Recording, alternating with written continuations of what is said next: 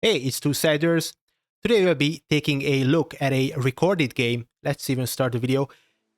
I recorded the game because it's a bit easier for me to play a game and then record. It's also a different format. Obviously, most of the times I'm recording at the same time as I'm playing because it makes it a little bit more interesting, even to me, and a little bit easier as well because it's a double effort this way.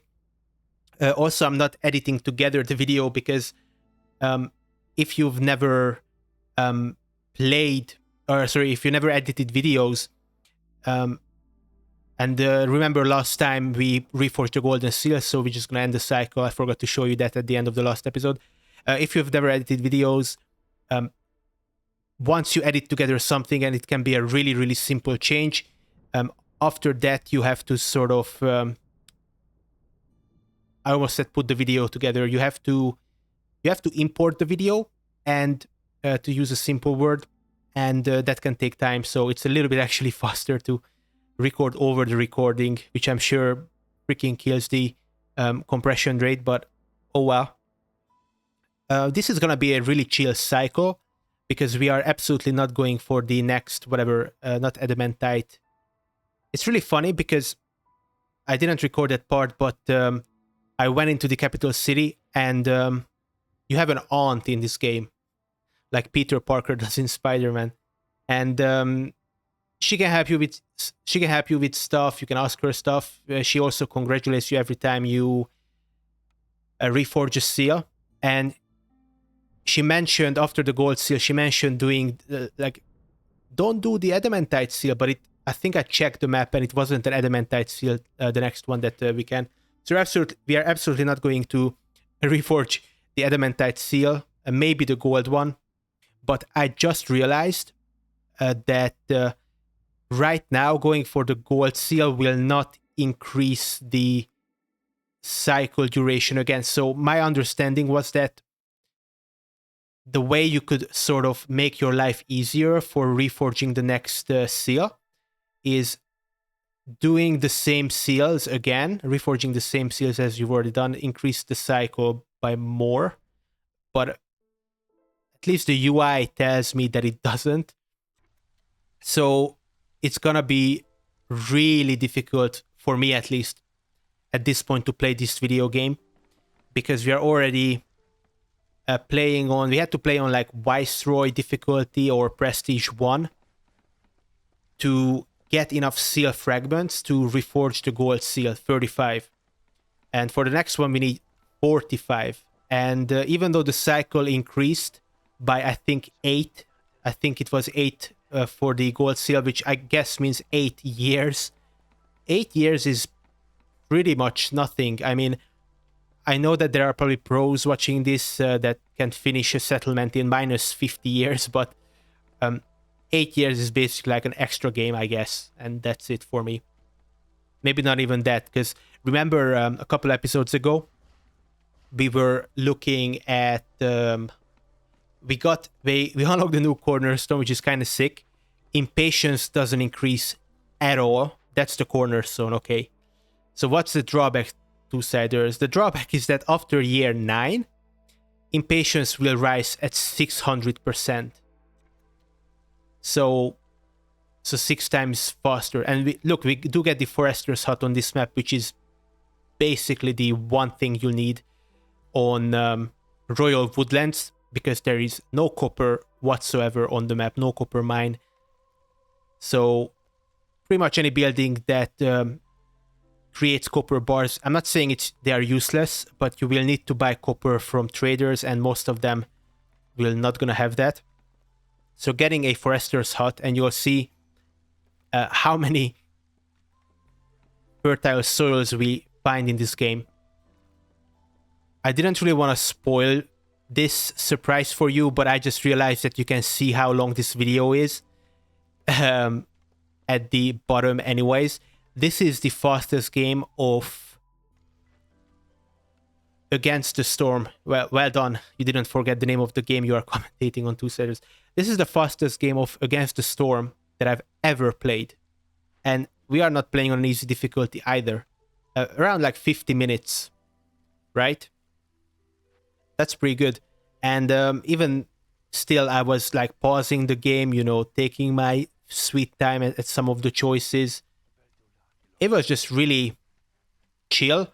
I made basically I made it more difficult, like I normally do. Like the previous episode with the gold seal, I just made winning the game more difficult than I needed to. I didn't need to pick those timed orders. I didn't need to do, um, well, pretty much like half of the orders, I guess. Even though they gave us like global resolve, but it would have been better for us to. And it's really important with this game. This is such a great video game, and I will never stop praising it. You will need to well, at least I did. I needed to reflect on my mistakes, especially at failing the gold seal the very first time, to be able to win later. And you know, sometimes it doesn't matter if you reflect on your mistakes or not. Like last episode, I tried my damned hardest to not lose any villagers, but we lost many villagers. Still made the stupid mistakes, but yeah, I guess it's another layer to reflect on that.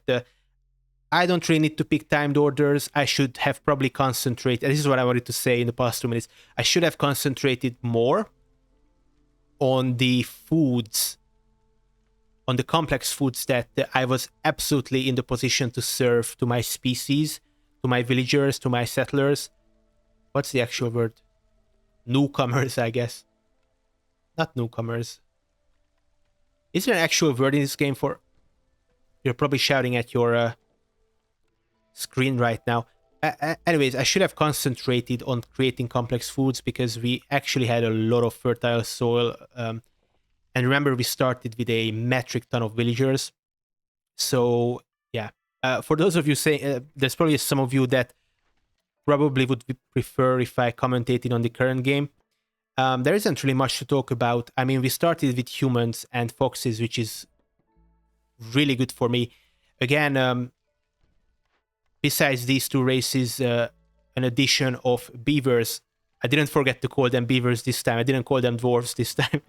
The addition of beavers instead of lizards would have been the best combination, but I really like humans and foxes. Sorry, I just had a mind blanking experience because I don't even remember what the beaver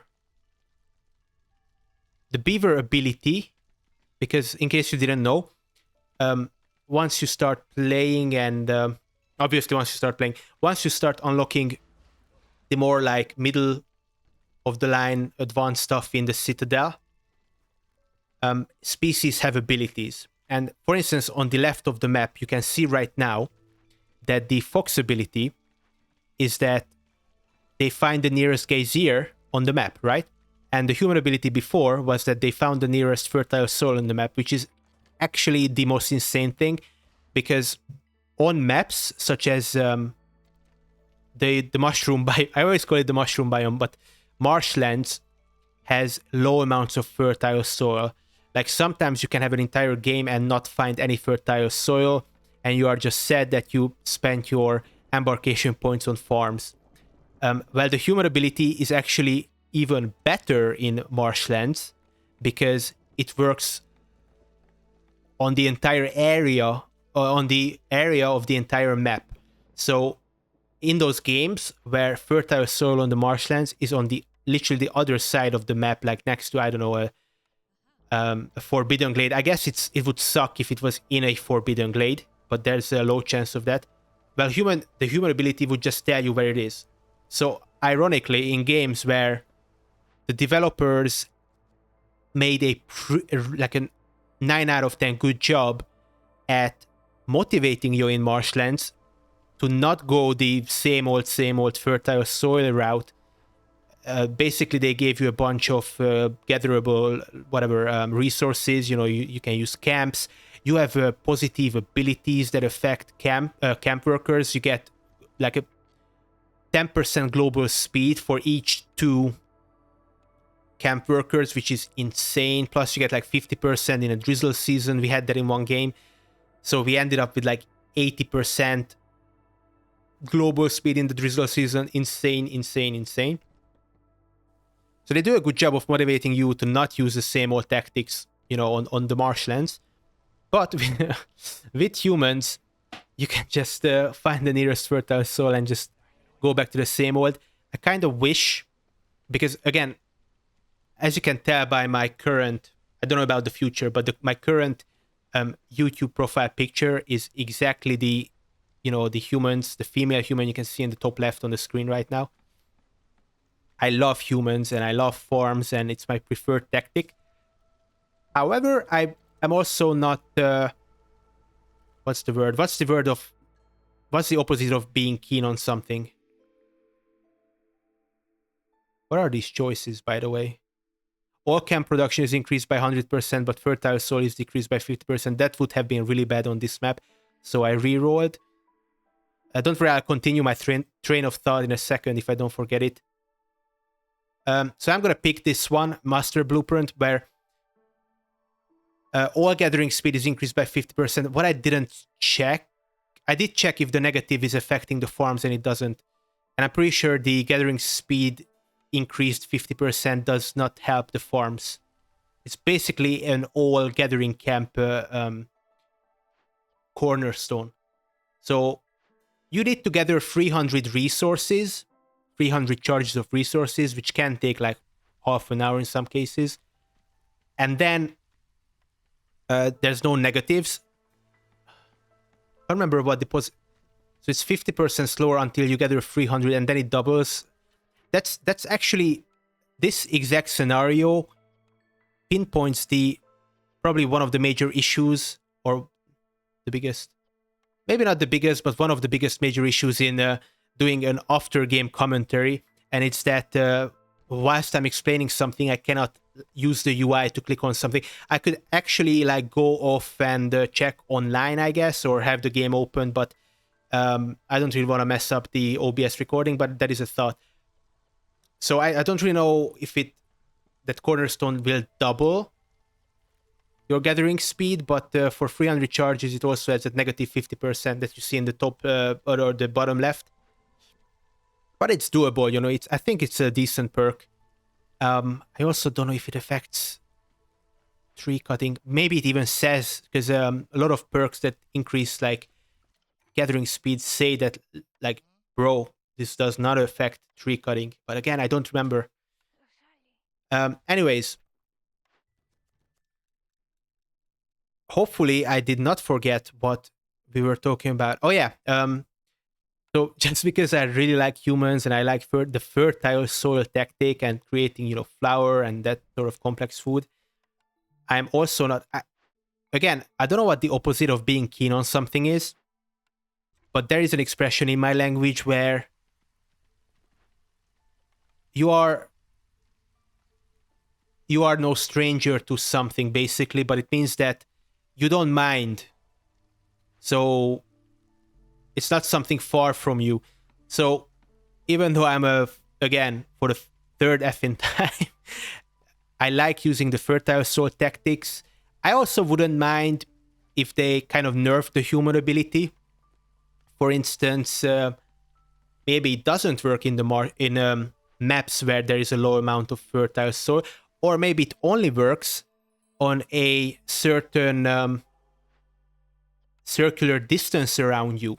So, you know, in marshlands, if you don't immediately spawn next to fertile soil, which is, by the way, would be pretty 50-50, because if you look around your starting area, you are surrounded by probably like at least 4 to 6 small glades.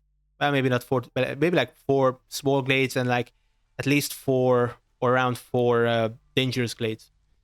So not finding fertile soil with the human ability around that is, again, like at least 50% that you'll find it, probably even more.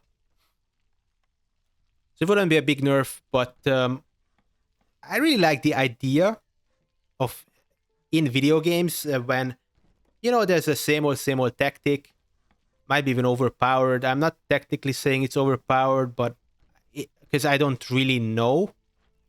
To be honest,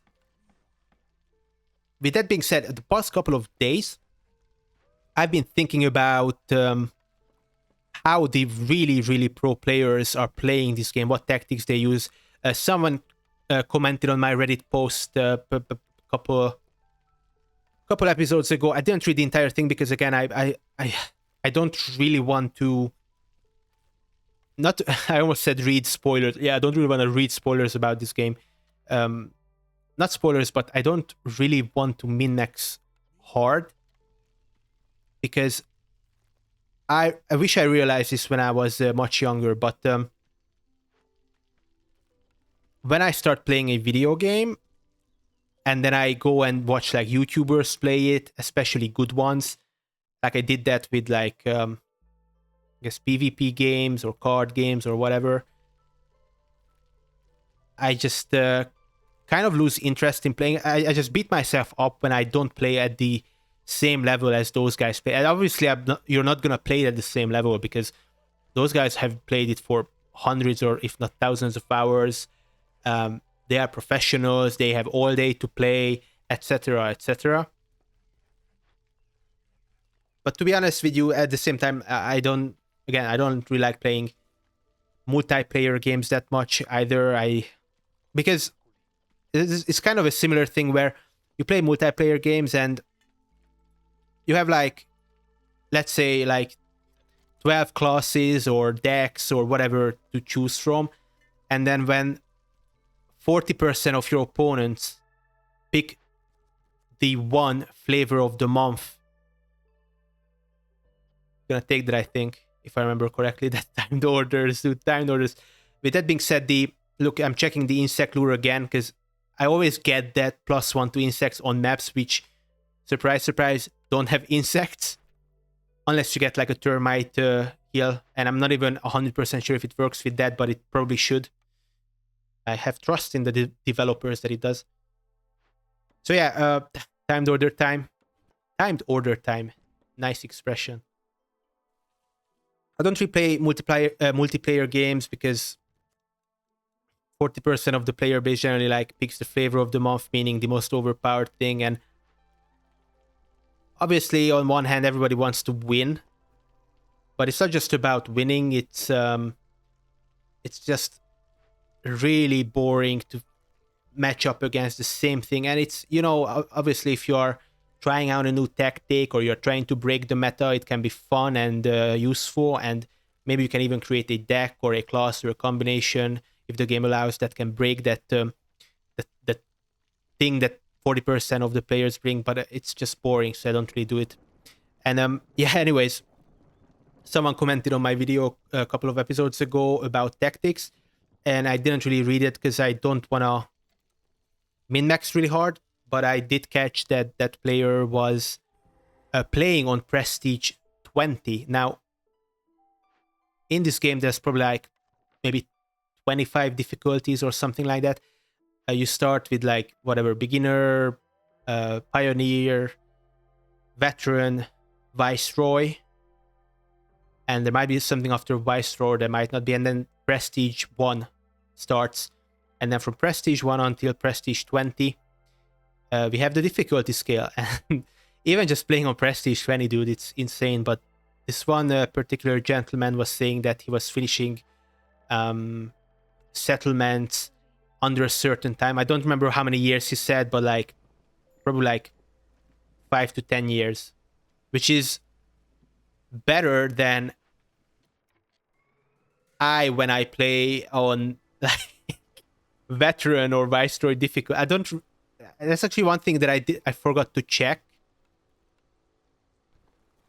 So I forgot to check what year we were in at the end of this game, at the 50-minute mark. But now I just realized, I think after 100 hours of playing, or however much, like 50 to 100 hours, I just realized that if you check top center, where the storm icon is, top left of that is a number 2 in Roman letters. I think that's the year. I never realized that. Oh, the more you know. Yeah, professional video game player, two-siders, discovers basic UI features. To be fair, there is a lot to take in. I don't really like... Well, all of these are good.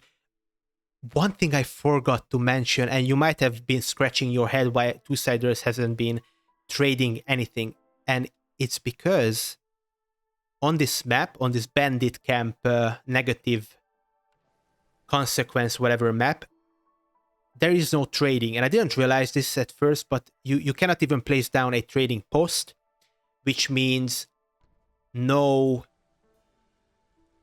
trade routes either, which means it actually has really interesting consequences where all packs of goods that you create are absolutely useless outside of orders. So I don't want to go back. I guess like when I was talking about like doing live commentary versus recording, I could have, I guess, went back and read the cornerstone we were talking about, and I could go back right now. I don't know.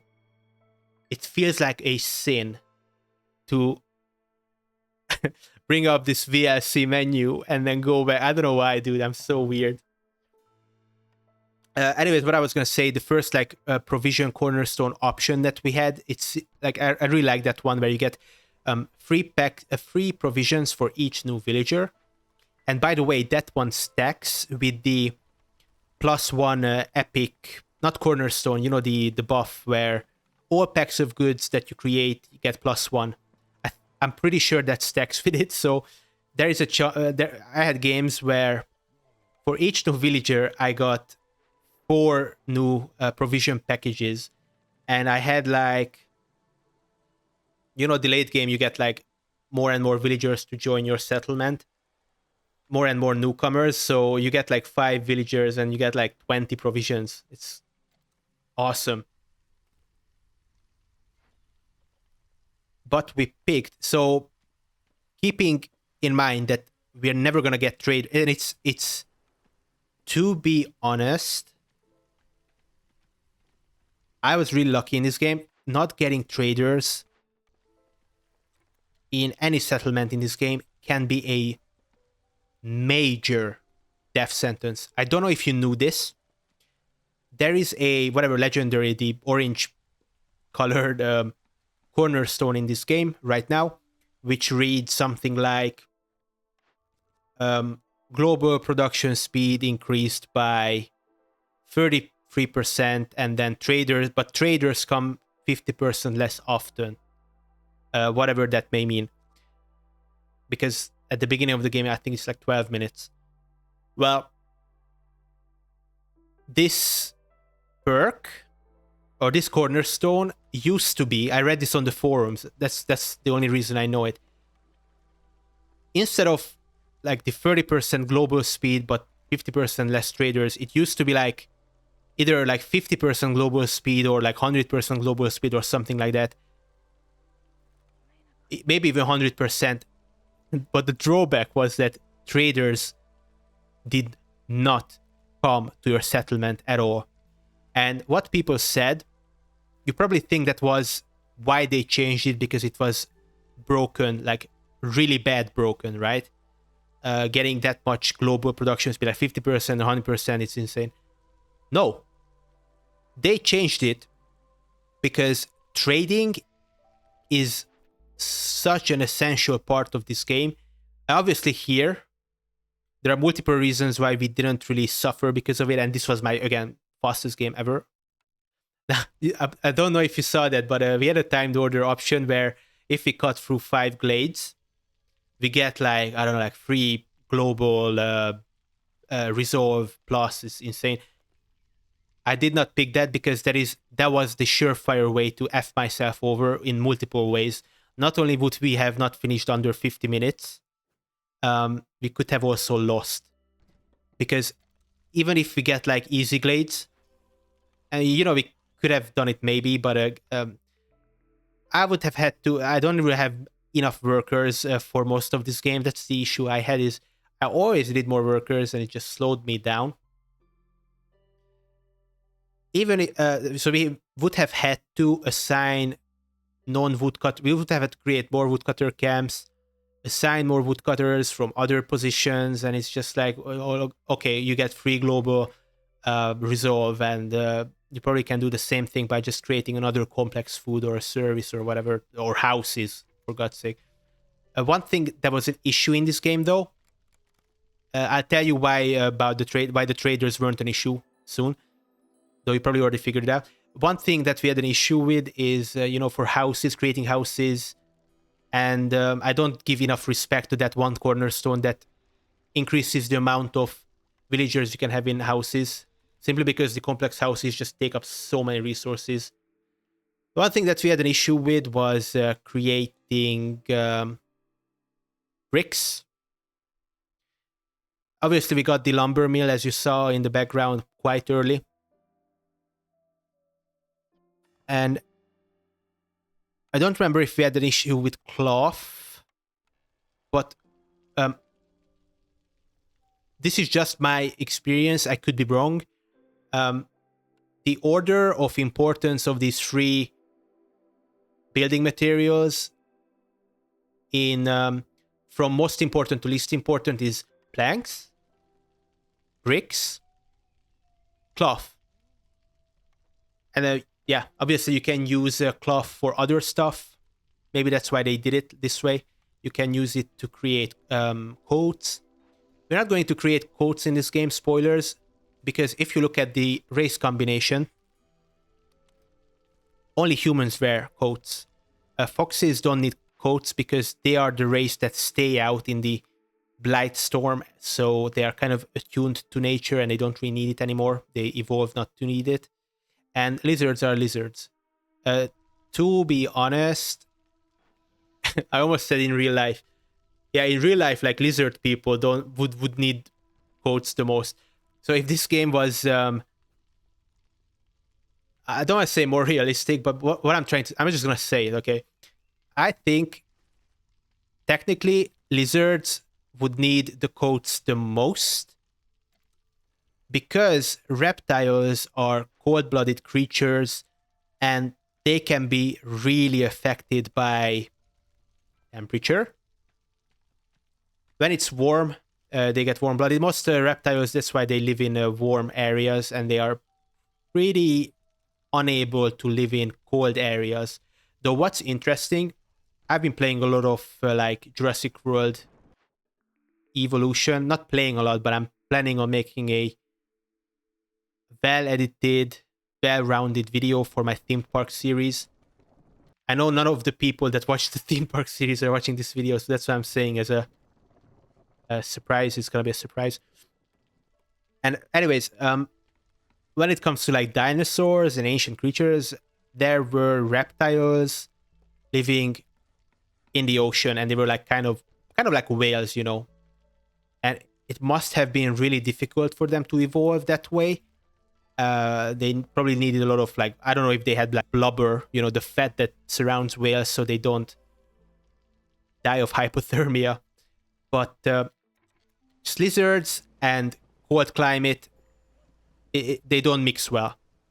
And that's why I think they probably would need coats the most in this game, because all this freaking rain.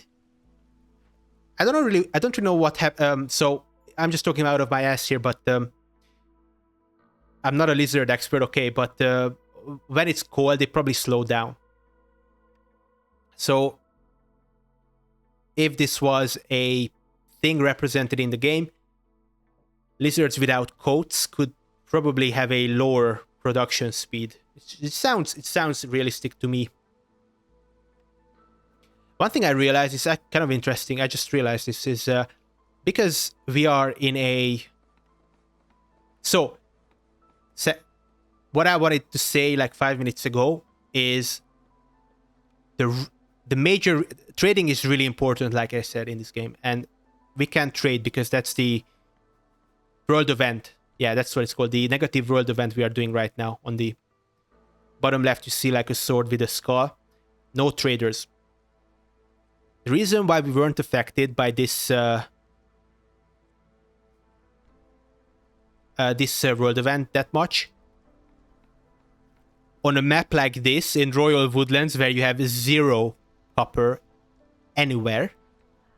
So even if you, on this map, if I chose, and I probably chose like, you know, buildings for other purposes. But if I chose a building that could smelt copper ore, completely useless. 100% useless. Um, unless I pick like a cornerstone or whatever that gave us copper ore for doing other stuff like mining clay or whatever. If, and this is why I was like hovering my mouse around that initial choice at the very beginning of this video, if we didn't get the well, I was gonna say if we didn't get that farm building that produces the blue dew, whatever it's called, the crystallized dew, it would have been much more difficult. But then again, we didn't really use the crystallized dew that much. We didn't create training gear until the end of the game. We didn't create tea. Tools we did create in a large quantity technically, but we probably would have been fine without it. What's actually super interesting is something I realized. So you see all those packages on the map with the exclamation mark, all those Glade event caches. What's super interesting is that there are two ways to open them. On the right side, we would have the like loyalty, where you need to use tools to send it to the capital, and you get like gold and reputation points, which is how you win the game. And by the way, the reason why we have those scattered like fertile soil on the map is because even though I didn't read it, we had the positive effect, which is technically one of my favorite ones, where if in the drizzle season you use up gathering resources, you spawn like 4 fertile soil around it. Really good if you don't find any fertile soil. Wish we could have had that in the mushroom biome. So we didn't really use the crystallized dew that much. To open the caches, again, yeah, that's what I was talking about. To open the caches, you need to use tools, or the other option is to like gain the loot for yourself. Oh, we just witnessed the spawning of the fertile soil. Nice. To open the loot for yourself, you remember you can use 3 things: rocks, training gear, or the I think it's sea marrow. I have zero idea why it's sea marrow, by the way. Like you use the fish bones to pry it open or something, I guess. But you cannot use clay. And on this map in particular, Royal Woodlands, there is no rocks at all. So you can't use the main ingredient to open stuff. Trading gear, we were able to produce, again, because we had the crystallized dew. But if we didn't have that, and I am 90% sure that there is absolutely no sea marrow on the map. What I'm trying to get at is, if we didn't find the crystallized dew Forester's Hut building at the very beginning, we would have had 0 ways to open or send caches in this game. Because there is no rocks, no sea marrow, and we would not have been able to create, obviously, training gear, which, yeah, in case you didn't know, requires you to have bars, either crystallized dew or copper bars. Super interesting. That probably means that having a no trader, doing this world event is probably easiest on the marshland biome, as long as you can secure food. Because the marshland biome, even though it's difficult, doesn't have fertile soil like we've discussed for so long in this video. The marshland biome has both rocks, copper, and it also has coal that you can mine. It doesn't have clay though. Not Play-Doh. Clay dough. It doesn't have clay, which can be an issue if you're trying to create like pickled goods, for instance, because you cannot create the clay pots. And in this case, if we had this world event in a marshland biome, again, no trader, so no clay. But for pickled goods and whatever else that you need a container for. And now that I'm thinking about it, porridge is the easiest food to create because like water is pretty much free and you just need grain. You don't even need flour for it. Honestly, like porridge should maybe require like pots or something instead of the water. Like I really like that it's broken and it's easy to make and it doesn't require complex ingredients. So my min-maxing side likes it this way, but again, my other side that doesn't like broken stuff. Maybe I don't actually know if water was added early in the game. Maybe porridge had a different recipe like a year or two ago. I don't really know. The great thing about porridge is also that, again, in my broken combination of the best races, both foxes and humans like porridge. And foxes have such a low reputation threshold. It's actually kind of funny to see on the left. Our 14 foxes have been generating so many reputation points on their own that their reputation threshold went higher than humans, which is crazy. Because in case you didn't know, for every full reputation point that a certain race generates you, the threshold will go up. I don't know if I'm stupid, but I've kind of noticed, it might just be coincidence, but I kind of noticed that when I accepted newcomers before, so new villagers, the reputation threshold just goes up. And I've noticed that before, this was a conundrum before, and I look at that, Forest Fascination, this covers 6 freaking glades. Absolutely no way. 6 glades, no way, man. Shut up. So I looked at the wiki before, and there was nothing about like the number of villagers increasing the reputation threshold. It does make sense, I guess, because the more villagers you have at the reputation threshold and above, the more villagers will actually increase the amount of reputation generated. So in this case, if we had to pick like I don't know, if they were like similar reputation thresholds and there were like similar means in our grasps to increase the human and the fox reputation, we have 5 humans and we have 14 foxes, so the 14 foxes would generate probably like 3 times as much reputation per second or minute as humans, so it would be better to do the foxes. So I don't know, even though it makes sense to increase the threshold by the number of villagers, the wiki said nothing about this. I found nothing about this. I only found that once they generate 1 reputation point that it increases. What might also happen, this was another theory, but you can explain it to me in the comments. I would love if someone explained this to me in the comment section below. I'm not just saying it to generate like comments to boost the algorithm. I really want to know this, especially for my tips video that I'm gathering the tips right now for.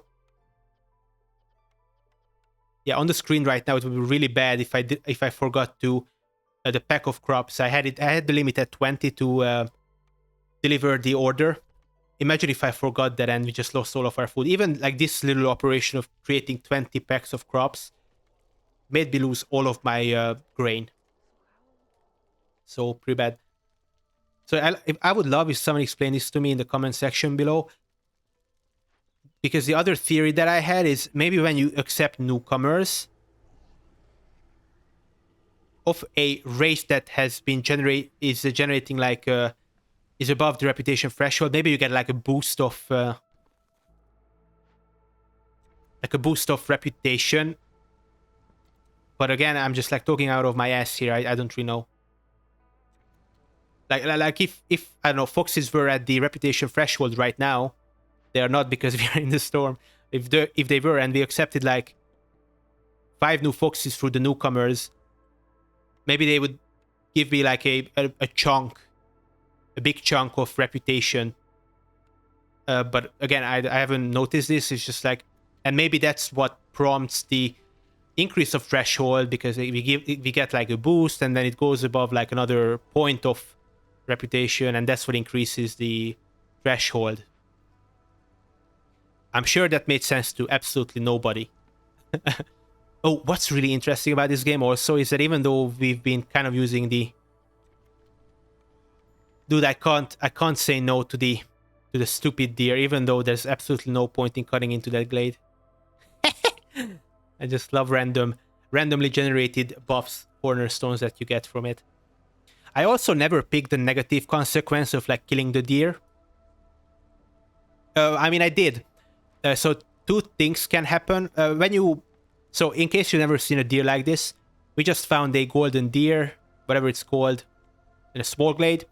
It jumps into a dangerous glade next to it somewhere. And if you can cut into that dangerous glade over the next, whatever, 3 minutes, then you can claim the deer. And there's two options there too, like similar glade events. Kind of like an aggressive choice and like an empathy choice or whatever. Empathy choice is you just get like one cornerstone and some money, I think, or something like, or what, reputation maybe, and money, I don't know.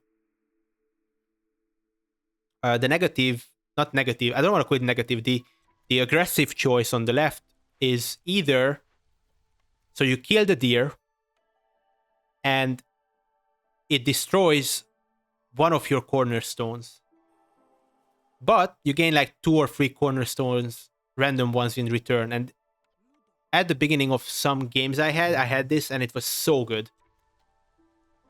It was also really bad sometimes, because obviously you pick like broken cornerstones. I also don't know what happens if you do the deer and you get this choice before you pick any cornerstones, which is probably possible, or maybe deers don't spawn then, or don't spawn with this.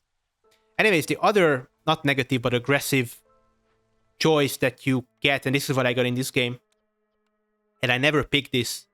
The text says you kill the deer and then the nature takes its revenge. And I'm kind of mad about this because the developers have been doing such a great job of explaining everything that I needed to know for this game through the UI. But oh, the forest has negative consequences with killing is one of its creatures means nothing. It's like I'm playing a freaking Pokemon game again. Again, I could look it up on the wiki, but this is like one of the only times in this game where the game just doesn't explain what it means. And I've been too lazy to check on the wiki and too scared to pick this like negative aggressive choice, because it could increase like hostility, I guess. I don't know. It could decrease global resolve, and both of these things are stuff that I don't want. Like hostility is such an issue even at this point. I don't know when it started becoming an issue. I don't know if it's about because I started playing on Pioneer, then Veteran, then now at like Viceroy, I guess, or whatever. And I didn't remember the hostility being such an issue or it rising up so much on Pioneer games. And this is either because I was just really bad at the game and I just didn't really track it that well, or it could be literally that the game does get much more difficult on different difficulties. I'm gonna use a, I guess, offensive. Wait. Here's the deer. Yeah, the forest will take its like revenge, and if you spare it, you get like 1 global resolve and some money. Not great, to be honest. Much rather get some cool cornerstones, but then again, you can get like absolutely useless ones. Like imagine if we got like whatever, like insect gathering cornerstone on this map, which doesn't have, or even better, dude, we got a corner, we got a random cornerstone that sped up like traders or trade routes or whatever on this map, which we don't have traders or trade routes. That would have been really funny. And then we lose the game because I couldn't do the whatever event, the glade event. I just got into this stupid glade just because of the deer. Yeah, that would have been quite funny, to be honest. What was I gonna say? having such a brain fart. Oh yeah, sorry for using like an offensive term, but to suck the dick of the game even more. Oh, what did I want to say? I wanted to say something positive about the game that I really liked about this game. Yeah, I remembered. So seemingly every freaking video game on the market, right? As even popular ones do. Like, you look at The Witcher 3, that did not come out yesterday, I know, but everyone's sucking the D of The Witchers. Well, the difficulty scaling in that game is just absolutely freaking lazy. I mean, I completed the game on Death March. I don't know about nowadays, but back then it was the hardest difficulty. And for one, there's absolutely no point in doing that. I don't recommend it at all. For two, it's so lazy because typical video game difficulty settings of enemies do more damage, you deal less damage, or whatever, you know. And then you have this game where I don't really know the exact things that the difficulty. Look at that house placement in front of the warehouse. I just did not care, dude. I should have moved a lot of buildings. I should have moved those like provision creating buildings or whatever away from there, and I just didn't really look. I didn't really have much space because the warehouse spawned kind of a little bit close to the hearth, so I could only place like two wide buildings, and especially there was only like 2x2 space. So I just decided to create a human house because you can't move buildings. We couldn't have moved that Tinkerer building or whatever it's called. However, the next episode might take place next to Levitating Monument, which is a positive world event where you can move pretty much all buildings on the map. I wonder if we'll be able to move the hearth and the warehouse, but I'm 99% sure it's that you can't. It doesn't really matter. I mean, we've been really good up until this point of placing the buildings, I guess, in okay locations around the warehouses and whatnot. So anyways, what this game does well with difficulty settings, even though I don't know the exact ins and outs of it, I'm pretty sure the difficulty setting also increases like subtle stuff like, you know, the hostility and the impatience and whatever.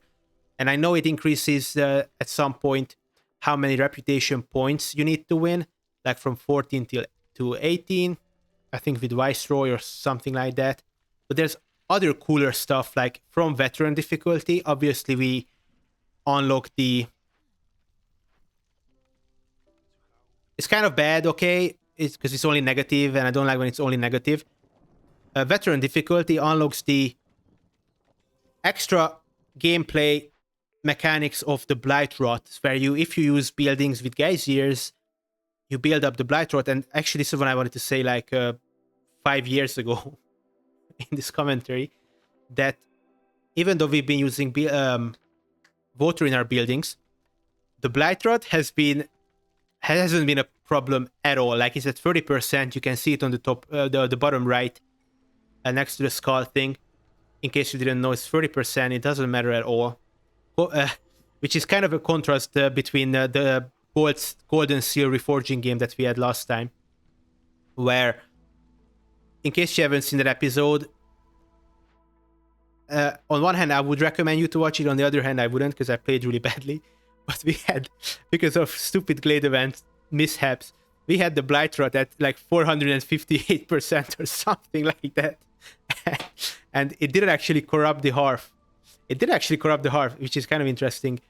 We had the two blight posts or whatever, fire stations. So they did a really good job. I just used up all my freaking trees though to create all that shit. All those purging fires. So yeah, difficulty settings are great in this game because veteran difficulty unlocks new game mechanics. Oh my god. Industry, please. Difficulty settings should unlock new game mechanics and new rewards. Not just stupid freaking enemies are harder, I deal less damage. That's the worst one. At the very least, a lot of games provide you with more rewards, right? But it's kind of a basic thing. Like even in this game, you get more seal fragments. But what's super cool, and here I'm gonna just pick the wood, I guess.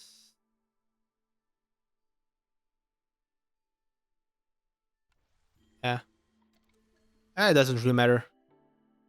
Again, at this point, we are like well on our way of winning, especially with foxes. It's crazy that I think I'm gonna increase the fox resolve to the threshold one more time, even though it's the hardest one. Because I don't remember why. I think I just started creating fox houses because we have the crystallized dew creating building, and that's all you need, plus planks to create fox houses. So good. Ironically enough, that's the hardest house to create. Because for the other races, you just need like the basic materials of planks, bricks, cloth, either one of those or a combination of them. And again, crystallized dew, and you specifically need crystallized dew for the fox houses, which makes me realize, and this could be, I guess, a small tip in the video that I'm creating. Look at that 44 resolve on the foxes. That's insane.